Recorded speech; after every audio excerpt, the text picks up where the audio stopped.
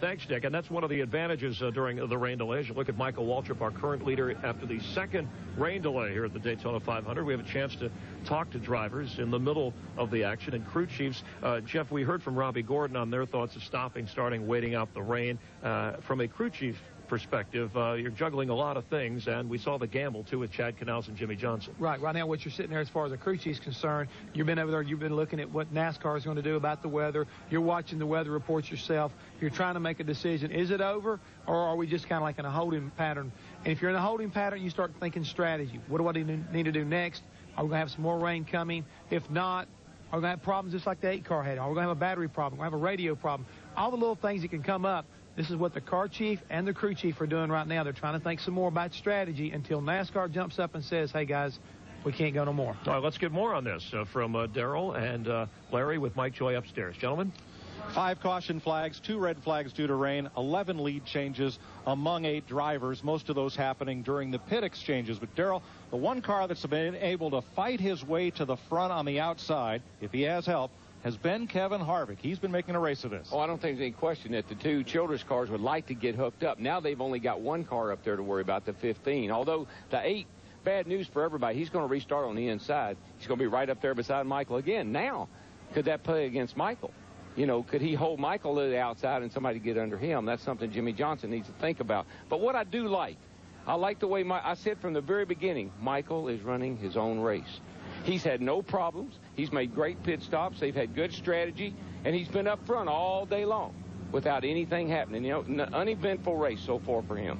So having Earnhardt Jr. line up on the inside could either be the best or the worst thing for him. Well, you saw what happened on that last restart, and that could work against Michael this time. Larry, if you're Dale Jr.'s crew chief, what do you want him to do on the restart? I mean, I want him to try to get hooked up with Michael, because there's no question if he's up there with Michael and Michael's leading the race, Dal Earnhardt Jr. is going to get his lap back if we get another caution. But I look at Jimmy Johnson. I know we still have a long way to go. He's in amongst teammates. You've got Mark Martin and Kurt Busch up there that's teammates. You have Kevin Harvick, Robbie Gordon up there that's teammates. And you have Michael Waltrip and Dal Earnhardt Jr. that's up there. And even though Jimmy Johnson has 3 teammates, they're way at the back. He has no help up there whatsoever. Plus, he has a problem. He's going to have to come to pit road. Now, everybody probably will when we go back to green, but he's going to be out of fuel pretty soon. He took a short, quick stop and didn't take a full load of fuel, so he's getting low on fuel. He's going to have to come to pit road soon. Now, it used to be you wanted to have a teammate so that you could share resources in the shop and share testing dates. But now, today, at this Daytona 500, team racing has really taken on a new meaning in this sport. And you know what? We've watched Jimmy Johnson all weekend long. We've had cameras in his car, cameras in Jeff Gordon's car. We kind of critiqued his driving, what he was doing, what he was not doing, and I believe it's helped him, because he's driven a really smart race today, and he's used the traffic. You know, he was complaining about, I don't know which lane to go with and how to keep cars from passing me. He's done a lot better job today than he did in practice. Well, it's hard to believe. It's only his second Daytona 500. Here's Steve Burns. Mike, with Jeremy Mayfield, who has a top 10 finish as of right now. You want to get this thing restarted, Jeremy? Well, our Dodge dealers Dodge seemed like it was really running good after the rain, after rain delays, so we feel pretty good about it. But right now we're sitting in the top 10, so we're really not concerned either way. You know, if it did rain it out, we'll take what we got and go home. But if we go back, we feel real confident that our Dodge will hopefully stay in the top 10. Jeremy, you guys struggled a bit last year. Do you feel better about how your team is progressing this year? I feel real good about it. You know, we've even before we got here, we felt real good about the way the chemistry and all the people that we got there now is working together, and really feel good about it. And just want to keep working hard and be competitive week in and week out. And I think this is probably the best chance I feel like we've had in a long time as far as the team chemistry and stuff. So we feel good about it.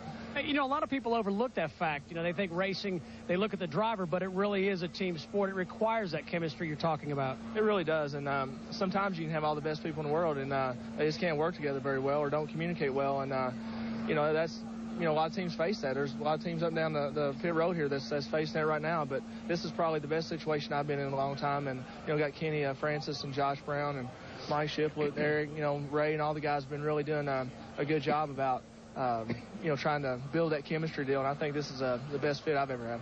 All right, best of luck, Jeremy. Thanks, man. Appreciate it. A light rain continues here at Daytona International Speedway. There's a fella who doesn't want it to rain on his parade. Michael Waltrip leads the Daytona 500 in its second red flag for rain today, ahead of Kurt Busch, Jimmy Johnson, Kevin Harvick, and Mark Martin.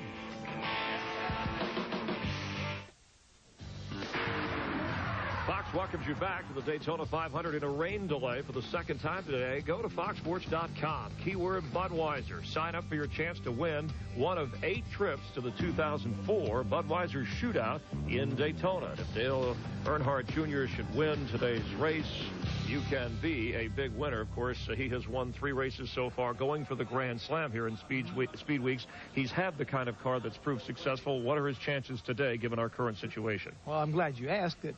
But at the same time, the rain right now is going to probably have the biggest problem as far as Lalee's concerned. He definitely has a car that's fast enough to win this race if it could go the duration. He could get lap back, I'm sure of that. And if he could just go the full 500 miles, I believe he's got a car that could win it. And we saw his teammate, Michael Waltrip, who is currently leading the race. How about the teamwork of not only those two, but it seems like, Jeff, more and more an emphasis on teamwork, especially at Daytona. Well, this is a place right now where you need to have a good dance partner. And what's a better dance partner than your teammate? It gives you an opportunity to have a little bit of control as far as the radio is concerned. You got the spotters working together. You got the crew chiefs working together.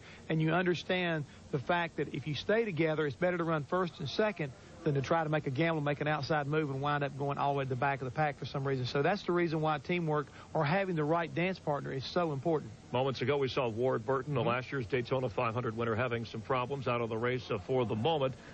Dale Jarrett, 3-time winner of this event, is standing by with our Genies Alaska. Yeah, you talk about finding a partner. I think I found the right one in a very dry spot, Dale Jarrett. Just kicking back and taking the race, a racer that you've won quite a few times. Disappointing if this is how it finishes?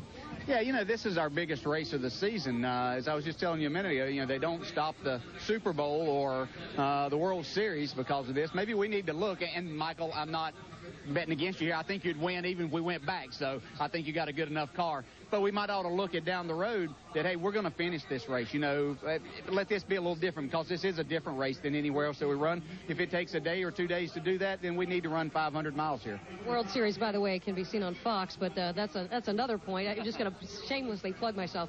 But let's talk about your car, and if we do get back out here, and how you think you can finish. Well, we've made it a lot better from the beginning. Man, we made some changes on it from yesterday's practice and thought that we were going in the right direction, but we made the car it was loose and pushing and bouncing, and, you know, I was just trying to keep it between the fences, so to speak, and we made some big changes, pulled a spring rubber out and changed our wedge around and our tire pressures around. We've made it where I can race now. So I don't know what I could do from here. You know, I like to think that I could get up into the top 5 and race with them and see what I could do. But, you know, hopefully for the fans, that's the biggest thing here is the competitors want to run 500 miles, but we need to do it for the fans because 200,000 show up here and then the millions watching on TV. We need to make sure that they see a complete race. But looks like Michael's got a good shot at winning this. I know he's excited about it. You know, his first victory here, as big as it was a little bit clouded, and that was unfortunate for him and his family that they couldn't really enjoy it the way that you want to enjoy the Daytona 500. So wish him the best